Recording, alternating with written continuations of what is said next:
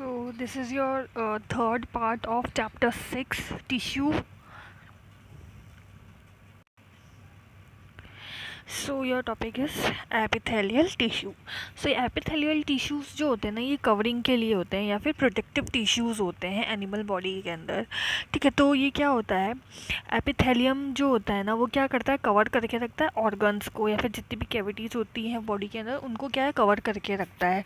तो ये क्या है कि एक तरीके से बैरियर बना देता है अलग अलग बॉडी के जितने भी पार्ट्स होते हैं ना इंटरनली, तो उनको एक तरीके से एक बैरियर बना के रखता है ताकि वो सेपरेट रहें सारे पार्ट एक दूसरे से. The skin, the lining of the mouth, the lining of blood vessels, lungs,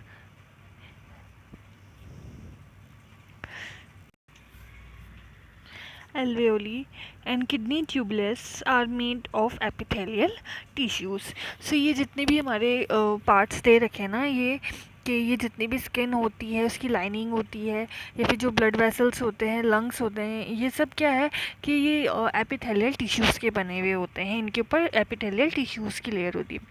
epithelial tissue cells are tightly packed and form a continuous sheet. ठीक है, तो ये क्या होता है, टाइटली पैक्ड होते हैं एंड एक कंटिन्यूस शीट बनाते हैं. लाइक इस तरीके से होते हैं, ये एक पूरी एक शीट बना देते हैं, आपस में बहुत ही टाइटली ये जुड़े हुए रहते हैं. They have only a small amount of cementing material between them and almost no intercellular space. ठीक है, तो इनके अंदर क्या होता है कि ये जो लेयर्स होती है ना, इनके बीच में क्या होती है, सीमेंटिंग, मतलब इनको दो लेयर्स को जोड़ने के लिए एक कुछ होता है. ठीक है, इनके अंदर, ताकि ये दोनों लेयर जुड़ी रहें. और क्या है कि इन दो जो सेल्स होती है ना, ये दो तो इतनी पास पास ही जुड़ी हुई होती है कि इनके बीच में क्या इंटरसेल्युलर स्पेस नहीं होता है. ठीक है, तो क्या है कि कुछ भी जो है एंटरिंग कर रहा है या फिर लीव कर रहा है, मतलब बॉडी से बाहर जा रहा है, तो उसको क्या है कि एक लेयर जो होती है ना एपिथेलियम की, इसको इसके थ्रू ही वो आर पार जा सकता है क्योंकि हमारी स्किन में होती है. ठीक है, तो as a result of permeability of the cell of various epithelia play an important role regulating the exchange of material between body and the external environment and also between different part of body. तो ये आपने क्या पढ़ा कि एपिथेलियमस, ये epithelial जो है cell, ये क्या होता है, बॉडी के इंटरनली भी होती है और हमारे स्किन पे भी होती है. तो हमारे स्किन के थ्रू भी कोई भी मटेरियल अंदर बाहर जा रहा है तो वो भी इस एपिथेलियल सेल के थ्रू जा रहा है. और जो इंटरनली बॉडी में जो जितने भी ऑर्गन हैं, तो ऑर्गन्स से बाहर जो मटेरियल्स निकलते हैं, ऑर्गन्स के अंदर कुछ भी जा रहा है तो वो भी इसी की वजह से अंदर बाहर, इसी के थ्रू अंदर बाहर होता है. सो यहाँ पर क्या है कि ये एपिथेलियास जो होती है ना, ये अलग अलग तरीके के स्ट्रक्चर्स होते हैं इन सब के, जो कि एक दूसरे से कोरिलेट होते हैं, जो कि अलग अलग यूनिक फंक्शंस करते हैं. ठीक है, तो ये अलग अलग स्ट्रक्चर्स होते हैं लेकिन एक दूसरे से क्या होता है, कोरिलेट होती हैं ये सारी सेल्स. ठीक है, लाइक हमने एग्जाम्पल लिया कि जो सेल्स होती है जो लाइनिंग ब्लड वेसल्स की, या फिर हम लंग्स एल्वेओली की बात करें, तो यहाँ पर क्या होता है कि क्या कि ये इनका जो मेन फंक्शन क्या होता है, ट्रांसपोर्टेशन करना सब्सटेंस को. तो ये क्या है कि किसकी वजह से होता है कि इनको एक सरफेस चाहिए होती है. तो ये जो सरफेस होती है ना, ये सेल की ही बनती है जिससे कि ट्रांसपोर्टेशन हो सके सब्सटेंस का. सो यहाँ पे एक सिंपल स्क्वैमोस एपिथेलियम का स्ट्रक्चर बता रखा है कि ये बिल्कुल एकदम फ्लैट होता है ताकि इसके थ्रू क्या है, इजीली ट्रांसपोर्टेशन हो सके सब्सटेंस का, जैसा मैंने आपको भी बताया था. ठीक है, सो ये स्क्वैमोस एपिथेलियल सेल्स जो होती है ना, ये क्या होती है कि बहुत ही ज़्यादा थिन होती है, एकदम पतली सी होती है, फ्लैट सी होती है और बहुत ही डेलिकेट लाइनिंग होती है. ठीक है, the Osophagus and lining of the mouth are also covered with squamous epithelium. ये जो हमारा ऑस्फेगस होता है मुंह में, और या फिर ये जो हमारा माउथ होता है ना, इसकी जो कवरिंग होती है ना, तो ये क्या होता है, इसकी कवरिंग इससे होती है, स्क्वैमोस एपिथेलियम से होती है. ठीक है, द स्किन, जो हमारी जो स्किन होती है ना, तो वो जो हमें प्रोटेक्ट करती है, ये भी किसकी बनी होती है, स्क्वैमोस एपिथेलियम की ही बनी होती है. ठीक है। तो इसके अंदर क्या होता है, स्किन के अंदर क्या होता है कि बहुत सारी लेयर्स होती हैं, जो कि क्या है कि जो वियर एंड टीयर से हमारी स्किन को बचा के रखती है, मतलब चीर फाड़ जो हो जाती है ना, फट जाती है, उनसे क्या है कि हमारी स्किन को प्रोटेक्ट करके रखती है। तो ये क्या है कि लेयरिंग पैटर्न्स में होती है, मतलब एक के ऊपर एक लेयर होती है इन सेल की। ठीक है। तो इसको क्या कहते हैं, स्ट्रेटिफाइड स्क्वेमोस एपिथेलियम कहते हैं इन जो हमारी स्किन के अंदर यूज़ होती हैं। ठीक है। ये इस तरीके की जो लेयर्स होती हैं वो, ये आप देख रहे हो ना, ये हमारे स्किन के अंदर इस तरीके की सेल्स होती हैं। ठीक है। उसके बाद आता है कि जब भी हमारा अब्जॉर्प्शन या सिक्रेशन होना हो किसी भी चीज़ का, किसी भी सब्सटेंस का, जिन ऑर्गेन्स के थ्रू अब्जॉर्प्शन एंड सिक्रेशन होता है ना जिनके अंदर, तो उनमें क्या होता है, the inner lining of the intestine, like क्या क्या होता है, like inner lining of intestine हो गई है, टॉल, तो इनके अंदर क्या होता है कि टॉल एपिथेलियल सेल्स प्रेजेंट रहती हैं, मतलब लंबी सी होती हैं एपिथेलियल, ठीक है, सेल्स। तो this कॉलोनर epithelial facilitate movements across the epithelial barrier।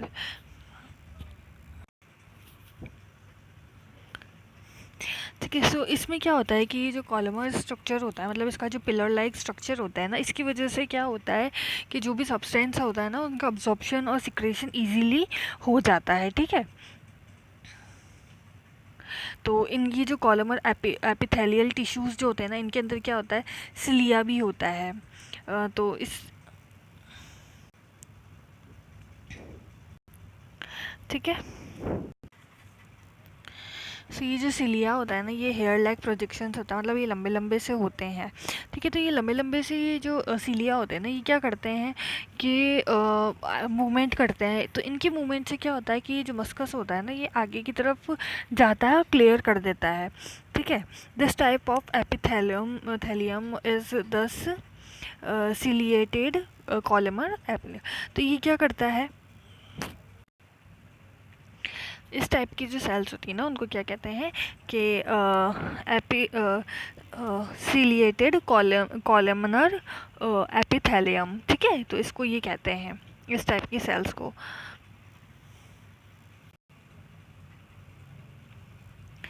Next है आपका क्यूबॉइडल एपिथेलियम। तो क्यूबॉइडल एपिथेलियम क्या होता है, कहाँ पे मिलता है अपने को, कि ये जो लाइनिंग ऑफ किडनी होती है एंड डक्ट्स ऑफ स्लाइवेरी ग्लैंड्स होती हैं, यहाँ पर ये हमें मिलता है। ठीक है। तो यहाँ पर क्या होता है, ये मैकेनिकल सपोर्ट देता है इनको। और epithelial cell often acquire additional specialization as gland cells. तो यहाँ पर क्या है कि ये ग्लैंड सेल्स के अंदर भी होता है ये present, which can secret substance, जो कि क्या है कि सीक्रेट करते हैं किसी भी सब्सटेंस का। ठीक है। तो ये क्या होता है, एपिथेलियल सरफेस के थ्रू होता है। तो यहाँ पर क्या है कि यहाँ ये जो पोर्शन रहता है ना एपिथेलियल टिश्यू का, ये कुछ अंदर की तरफ मुड़ा हुआ भी रहता है, और जो कि क्या करता है, and a multi cellular gland form. तो इसकी वजह से क्या होता है, ये जो मुड़ा रहता है ना, तो ये मल्टी सेल्यूलर ग्लैंड हो जाती है, मतलब एक से ज़्यादा सेल्यूलर होती है, मतलब सेल्स होती हैं इनके अंदर। तो हम इसको क्या कहते हैं, ग्लैंड्यूलर एपिथेलियम। ठीक है। सो इसको ये कहेंगे हम। सो नेक्स्ट आता है आपका कनेक्टिव टिश्यू। तो कनेक्टिव टिश्यू का एग्जांपल यहाँ पे दे रखा है ब्लड। तो ये जो ब्लड होता है ना, ये हमारा एक तरीके का कनेक्टिव टिश्यू होता है। ठीक है। क्योंकि the cell of connective tissue are loosely spaced and embedded in an intercellular matrix। तो यहाँ पर ये जो सेल्स होते हैं ना कनेक्टिव टिश्यूज़ के, ये क्या होते हैं कि लूजली स्पेस्ड होते हैं, क्या है, लूजली स्पेस्ड और एम्बेडेड होते हैं। ठीक है। ये कुछ इस तरीके के होते हैं, लूजली स्पेस्ड होते हैं, और मतलब इनके बीच में जो स्पेस होता है ना, वो बहुत मतलब ज़्यादा होता है, तो ये लूजली कनेक्टेड रहते हैं। और क्या है, मैट्रिक्स बनाते हैं, कुछ इस तरीके की मैट्रिक्स बनाते हैं ये। तो यहाँ पे ब्लड के बारे में बता रखा है। ब्लड क्या है, एक फ्लूइड है, एक लिक्विड है जो कि मैट्रिक्स टाइप का है। ठीक है, तो इस मैट्रिक्स के अंदर क्या क्या होगा कि प्लाज्मा होगा। ठीक है, तो प्लाज्मा के अंदर अब क्या क्या होता है, प्लाज्मा में होते हैं रेड ब्लड कार्पल्स होते हैं, वाइट ब्लड कार्पल्स होते हैं एंड प्लेटलेट्स होते हैं। ठीक है, तो यहाँ पर ब्लड के अंदर क्या क्या होगा, आरबीसी, डब्ल्यूबीसी एंड प्लेटलेट्स। ठीक है, तो इन तीनों से मिलके ब्लड बना होता है। तो प्लाज्मा जो होता है ना, प्लाज्मा के अंदर क्या क्या होगा, प्रोटीन होगा, सॉल्ट होगा, हार्मोन्स होंगे, ये सब क्या होता है प्लाज्मा के अंदर इंक्लूड होते हैं।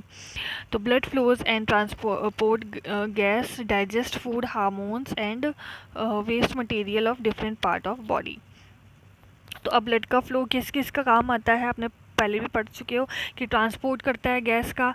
ठीक है, और डाइजेस्ट करता है फूड को और हार्मोन्स को, हार्मोन्स और जो वेस्ट मटेरियल्स होते हैं डिफरेंट, उनको भी क्या करता है, ब्लड के थ्रू ही वो बाहर निकलते हैं, तो डिफरेंट पार्ट ऑफ बॉडी से। ठीक है, तो कनेक्टिव टिश्यू का एक एग्जाम्पल हमने पढ़ लिया ब्लड। सेकेंड एग्जाम्पल क्या है यहाँ पर कनेक्टिव टिश्यू का, बोन। ठीक है, तो बोन क्या होती है, बोन भी एक तरीके की हमारी कनेक्टिव टिश्यू है। ये क्या करती है, हमारा जो पूरा बॉडी का स्ट्रक्चर होता है ना उसको फॉर्म करती है, मतलब उसको बनाती है। ठीक है, it also anchors and muscles and support the main organs of the body. जो क्या होता है कि किस किस को सपोर्ट करती है, मसल्स जो होती हैं हमारी उनको सपोर्ट करती है ये, और जो बाकी के ऑर्गन्स होते हैं बॉडी के अंदर उनको सपोर्ट करती है ये हमारी बोन्स। ठीक है, ये बहुत ही ज़्यादा स्ट्रॉन्ग होती है, नॉन फ्लैक्सिबल होती है। ठीक है, तो फ्लैक्सिबल नहीं होती है, हम इसे मोड़ नहीं सकते हैं ईजीली। तो जो बोन सेल्स होती है ना, embedded in hard matrix that is composed of, जो हमारी बोन्स होती है ना वो किस किस चीज़ की बनी रहती है, हमारी कैल्शियम एंड फास्फोरस। ये बहुत इंपॉर्टेंट, आपको याद रखना, हमारी जो बोन्स होती है ना वो कैल्शियम एंड फास्फोरस की मिलके बनी होती है। तो ये जो दो बोन्स होती है ना ये एक दूसरे से कनेक्टेड रहती है। ठीक है, तो ये जो कनेक्ट होती है ना जिन चीज़ों से, मतलब दो बोन्स आपस में, तो ये क्या होता है, एक अलग दूसरा टाइप का एक और कनेक्टिव टिश्यू होता है जिसको हम क्या कहते हैं, लिगामेंट कहते हैं। तो इन लिगामेंट के थ्रू ही दो बोन्स क्या है आपस में कनेक्ट रहती हैं। This tissue is very elastic, ये बहुत ही ज़्यादा इलास्टिक होता है। इट हैज़ कंसिडरेबल स्ट्रेंथ, इसकी स्ट्रेंथ भी बहुत ज़्यादा होती है। और क्या होता है, ये भी एक मैट्रिक्स की तरह होता है, and connect bones with bones. Matrix की तरह होता है, दो बोन्स को या फिर अलग अलग बोन्स को आपस में कनेक्ट करके रखता है। Tendons connect muscles to bones and other type of connective tissue. ठीक है, तो एक हमने ये पढ़ा था कनेक्टिव टिश्यू क्या कहता है, लिगमेंट, और एक क्या होता है टेंडन्स। टेंडन्स भी क्या होते हैं, एक तरीके की कनेक्ट मसल्स या बोन्स जो होते हैं ना उनको, एक बोन को दूसरी तरफ दूसरे बोन को कनेक्ट करने के लिए एक टिश्यू होता है, ये भी एक कनेक्टिव टिश्यू ही है जिसकी स्ट्रेंथ भी बहुत ज़्यादा होती है और कुछ हद तक इसमें फ्लेक्सिबिलिटी भी होती है। ठीक है, तो अरेोलर कनेक्टिव टिश्यू भी है यहाँ पर, जो कि कहाँ मिलता है, थर्ड टाइप का कनेक्टिव टिश्यू है ये हमारा। तो ये कहाँ पे मिलेगा, स्किन एंड मसल्स के अंदर मिलता है, या फिर अराउंड ब्लड वेसल्स जो होती है, हमारी नर्व्स जो होती है ना उनकी, या फिर हमारी बोन मैरो है, ये यहाँ पे इन सब जगहों पे ये मिलेगा। ठीक है, तो इसके अंदर जो it फिल्स the space inside the organ, जो ऑर्गन्स होते हैं उनके बीच में जो स्पेस खाली होता है ना उसको ये फिल करता है, सपोर्ट करता है इंटरनल्स ऑर्गन को। क्या है, और क्या है कि किस में सपोर्ट करता है, सपोर्ट देता है इंटरनल ऑर्गन्स को, और क्या करता है, रिपेयर भी करता है, जो डैमेज टिश्यूज़ होते हैं ना उनको भी ये क्या करता है, रिपेयर करता है। जो हमारे फैट होती है ना, ये जो फैट होती है, तो ये एडिपोज टिश्यूज़ जो होते हैं जो हमारे स्किन के नीचे मिलते हैं, उसके अंदर उसमें ये क्या होता है कि फैट जमा होता है। ठीक है, और क्या होता है बिटवीन इंटरनल ऑर्गन्स, तो ये क्या होता है हमारा एडिपोज टिश्यू कहाँ कहाँ पे होता है, स्किन के अंदर होता है, और जो इंटरनल ऑर्गन्स होते हैं ना उनके बीच बीच में होता है ये। The cell of this tissue are filled with gas globules. ये क्या होता है, ये जो एडिपोज टिश्यू होता है ना इसके अंदर क्या होता है, फैट होता है, जिसकी वजह से क्या होता है कि बहुत ज़्यादा इसमें फ़ैट इकट्ठा हो जाता है। और ये क्या है, हीट का भी हीट इंसुलेटर की तरह भी एक तरीके से काम करता है ये। उसके बाद आता है आपका मसल टिश्यू। मसल टिश्यूज़ के अंदर क्या होता है, ये लंबे लंबे से सेल होते हैं, एलोंगेटेड सेल्स होते हैं, जिनको हम क्या कहते हैं, मसल फाइबर कहते हैं। ठीक है, तो ये क्या होता है, मसल्स फाइबर जो होते हैं, मसल टिश्यूज़ क्या होते हैं, किस काम में आते हैं, कि जो हमारी बॉडी की मूवमेंट होती है ना, इस ये क्या होती है, मसल टिश्यूज़ की वजह से होती है। सो मसल्स जो होता है ना, उसके अंदर एक प्रोटीन मिलता है, प्रोटीन होता है स्पेशल टाइप का, जिसको हम क्या कहते हैं, कॉन्ट्रैक्टाइल प्रोटीन कहते हैं। तो ये जो कॉन्ट्रैक्टाइल प्रोटीन होता है ना, ये कॉन्ट्रैक्ट और रिलैक्स के काम आता है। ठीक है, जो भी मसल मूवमेंट होती है ना, तो कॉन्ट्रैक्ट एंड रिलैक्स के काम आता है वो। सो यहाँ पे आपको अलग अलग तरीके के मसल्स बताए गए हैं। ठीक है, सो यहाँ पर क्या है, सबसे पहले these muscles are called skeletal muscles. ठीक है, तो ये फर्स्ट टाइप का जो मसल है आपका, ये क्या कहलाता है, स्केलेटल मसल होता है। ठीक है, तो ये क्या होता है कि मोस्टली कहाँ पे किसको अटैच करके रखता है, ये बोन्स को अटैच करके रखता है, और क्या है, बॉडी की मूवमेंट में काम आता है। Under the microscope these muscles show alternated light and dark bands और स्ट्रेटनेंस व्हेन स्टेन्ड अप्रॉक्सीमेटली। जब हम इसको माइक्रोस्कोप से देखते हैं ना, तो इसके अंदर ये लाइट एंड डार्क कलर के कुछ बैंड्स दिखते हैं, ये आप देख रहे हो ना, ये बैंड्स दिखते हैं इसके अंदर। तो ठीक है, तो as a result they are called striated muscles. इसीलिए इसको स्ट्रिएटेड मसल्स कहते हैं, क्योंकि इनमें ये क्या कहता है, स्ट्रेट स्ट्रेट से लंबे लंबे से क्या है, बैंड्स दिखते हैं। ठीक है, the cell of this tissue are long. इसके सेल क्या होते हैं, किस टिश्यू के लॉन्ग होते हैं, सिलेंड्रिकल होते हैं और ब्रांच्ड होते हैं। ठीक है, सेकंड आता है आपका स्मूथ मसल। स्मूथ मसल में क्या होता है कि जब भी हम क्या है, फूड लेते हैं अपने एलिमेंट्री कैनाल के, तो क्या होता है कि कॉन्ट्रैक्शन एंड रिलैक्सेशन होता है और ब्लड वेसल्स का। ठीक है, तो क्या होता है कि ये जो इंटरनली हमारा प्रोसेस होता है ना, इसको हम अपनी मर्ज़ी से कंट्रोल नहीं कर सकते हैं। ठीक है, तो ये जो smooth muscles and involuntary muscles होती है ना, ये कंट्रोल करती है इन मूवमेंट्स को।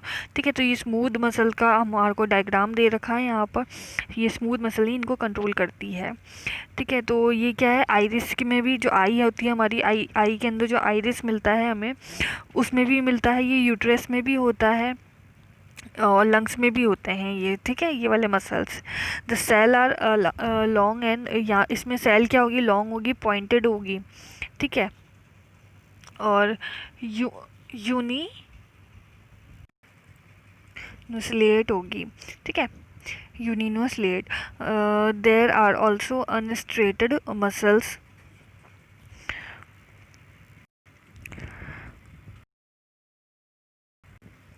उसके बाद आता है आपका यहाँ पे कार्डियक मसल। कार्डियक मसल कहाँ पे मिलेगी आपको, हार्ट के अंदर मिलेगी, क्योंकि हार्ट में भी क्या कॉन्ट्रैक्शन एंड रिलैक्सेशन होता है। ठीक है, तो ये इनवॉल्यूंटरी मसल्स जो होती है ना, इनको क्या कहते हैं, हम कार्डियक मसल्स कहते हैं। देन हमारा आता है नर्वस टिश्यूज़। तो all cell possess are ability to respond stimuli. Nervous में क्या होता है, नर्वस टिश्यू के अंदर ये क्या है कि बहुत ही जल्दी इंस्टेंट रिस्पॉन्ड करती हैं। इस टिश्यू के अंदर जितनी भी सेल्स होती हैं ना, वो क्या करती हैं कि इंस्टेंट रिस्पॉन्स करती है किसी भी एक्टिविटी का। ठीक है, तो ये इसी चीज़ के लिए बहुत स्पेशलाइज्ड होती है, कि क्या है कि बहुत जल्दी स्टिमुलेट हो जाती है ये। ठीक है, तो क्या करती है, ट्रांसमिट करती है स्टिमुलेशन का बहुत ही जल्दी, एक जगह से दूसरी जगह पे बॉडी के। ठीक है, तो इसीलिए नर्वस टिश्यूज़ क्या होती है, बहुत ही ज़्यादा सेंसिटिव होती है। The brain, spinal cord and nerves are all composed of nervous tissues. तो हमारा ब्रेन जो होता है, स्पाइनल कॉर्ड होती है, नर्व्स जो होती है ना, वो किसकी बनी होती है, नर्वस टिश्यूज़ की बनी हुई होती है। ये जो इसका जो सेल होता है ना, उसको नर्व सेल या न्यूरॉन्स कहते हैं। ठीक है, तो नर्वस टिश्यू के जो सेल होता है ना, उसको हम नर्व सेल या फिर न्यूरॉन्स कहते हैं, सॉरी न्यूरॉन्स कहते हैं। तो ये जो न्यूरॉन्स होता है ना, जो सेल होता है बॉडी का, जो कि क्या विथ अ न्यूक्लियस, तो इसका क्या होता है, एक न्यूक्लियस होता है, साइटोप्लाज्म होता है यहाँ पर। ठीक है, यहाँ पे आप देख सकते हो ना, यहाँ पे ये बीच के अंदर ये है सर्किल, इसमें क्या है, ये कहलाता है न्यूक्लियस। इसके अंदर क्या है, एक लिक्विड भरा रहता है, जिसको हम कहते हैं साइटोप्लाज्म। ठीक है, तो इससे क्या होता है कि ये एक which long thin hair like part arise, ठीक है। तो इससे क्या होता है कि ये जो बीच में है, इससे क्या एक ये लॉन्ग हेयर टाइप, मतलब ये लंबा सा आप देख रहे हो ना, ये इससे एक और पार्ट निकलता है ये, ठीक है, जिसको हम क्या कहेंगे, एक्सॉन कहेंगे। ये जो पूरा लंबा सा दिख रहा है ना, ये आपको क्या कहलाएगा, एक्सॉन कहलाएगा, जिसके अंदर क्या है, बहुत ही छोटी छोटी सी ब्रांचेस होती है। आप देख रहे हो ना यहाँ पे बहुत छोटी छोटी सी, ये एक दो ये ब्रांचेस है इसकी। तो इनको क्या कहते हैं, ये छोटी छोटी सी ये सॉरी यहाँ पे ये छोटी छोटी सी ब्रांचेस ये वाली हैं, ये जो छोटी छोटी सी ब्रांचेस इसमें से निकल रही है ना, इनको क्या कहते हैं हम, डेंड्राइट्स कहते हैं, ठीक है। एंड इंडिविजुअल सेल में बी मीटर लॉन्ग। तो ये जो नर्व सेल्स होती है ना, ये 1 मीटर तक हो सकती है, मतलब, ठीक है, मीटर्स की होती है ये। सो बहुत सारे नर्व सेल्स जो होते हैं ना, जितने भी नर्व फाइबर्स होते हैं ना, ये एक साथ बॉन्ड होते हैं, एक साथ मिलते हैं, क्या बनाने के लिए, एक नर्व बनाने के लिए, ठीक है।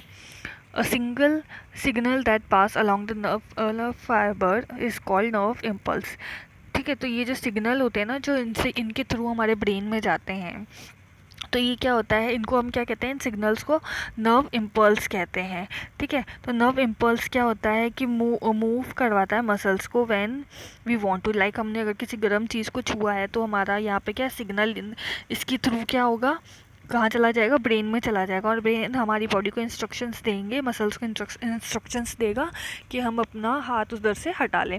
तो ये क्या होता है कि नर्व इम्पल्स के थ्रू ब्रेन में सिग्नल जाएगा और ब्रेन हमारे को इंस्ट्रक्शंस देगा, ठीक है। The function combination of nerve and muscle tissue is fundamental to the most animal. ये क्या है कि जो फंक्शन होता है ना, ये नर्व्स एंड मसल्स के कॉम्बिनेशन का, कि नर्व्स किस तरीके से, मसल्स टिश्यूज़ किस तरीके से काम करते हैं, ये सभी एनिमल्स के अंदर प्रेजेंट होता है, ठीक है। तो इसीलिए क्या है, इस वजह से क्या है कि जो भी एनिमल्स होते हैं ना ये, या फिर चाहे ह्यूमन बीइंग हो गए चाहे एनिमल्स हो गए, ये क्या है कि बहुत जल्दी रिस्पॉन्स कर देते हैं किसी भी नेगेटिव चीज़ के लिए।